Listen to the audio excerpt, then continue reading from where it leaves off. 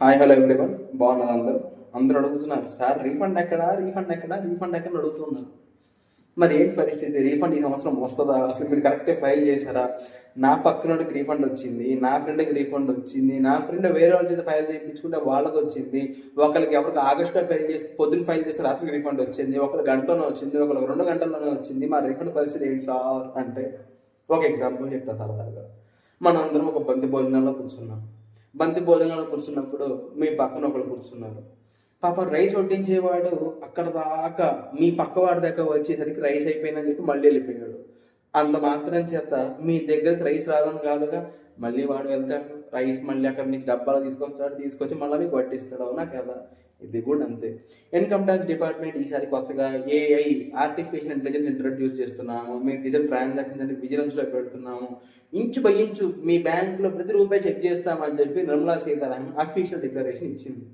అంటే ఎంత జాగ్రత్త స్క్రూటినీ ఉంటుంది.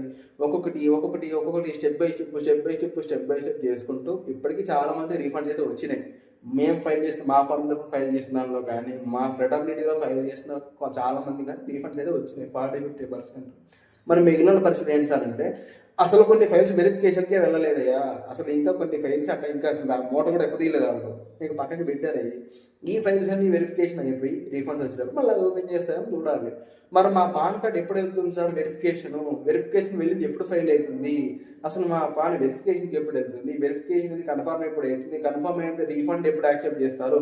రీఫండ్ యాక్సెప్ట్ చేసి మాకు ఎప్పుడు క్రెడిట్ అవుతుంది? అంతా కూడా డిపార్ట్మెంట్ చేతిలో ఉంది. మన డిపార్ట్మెంట్ ఏం చేస్తుంది? మీరు ఫైల్ చేసిన టీడీఎస్ సర్టిఫికేట్స్ని, మేము ఫైల్ చేసిన ఇన్కమ్ ట్యాక్స్ రిటర్న్స్ని అన్నింటినీ క్రాస్ వెరిఫై చేసుకుని, అది బ్యాంక్ స్టేట్మెంట్స్ వెరిఫై చేసుకుని, మీ పాన్ ఎక్కడెక్కడ కోట్ అయింది అవన్నీ రికార్డ్ అయిందా లేదా చూసుకుని దాన్ని బట్టి రీఫండ్ అలొకేషన్ చేస్తుంది.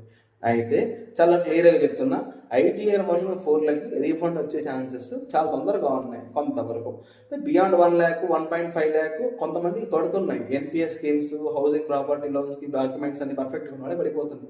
మరి కొంతమందికి లేట్ ఎందుకు అవుతున్నాయంటే, మేబీ వెరిఫికేషన్ లేట్ అవుతుందేమో తెలియదు. మరి కొద్దిగా వెయిట్ చేయాలి ఓపిక్గా. మరి వాళ్ళందరికీ కూడా అదే ఫైలింగ్ కదా మేము చేసింది. మరి వాళ్ళకి రీఫండ్ వచ్చినా మీకు రాలేదంటే మేము వెరిఫికేషన్ లేట్ అవుతుంది అంతే. అంతంత మాత్రం చేత మీకు రీఫండ్ రాదని కాదు, మాకు ఫైలింగ్ రాదని కూడా కాదు.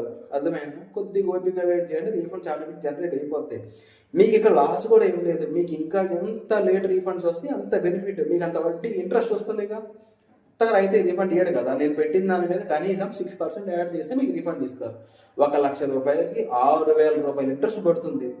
మరి 6,000 అంటే మామూలు విషయం కాదు కదా, హ్యూజ్ అమౌంటే కదా. So don't worry about the refunds. దాని గురించి వదిలేసి మీ యొక్క జీవితాల్లో ప్రశాంతంగా ముందుకు వెళ్ళిపోతూ ఉండండి. Thank you. Signing off.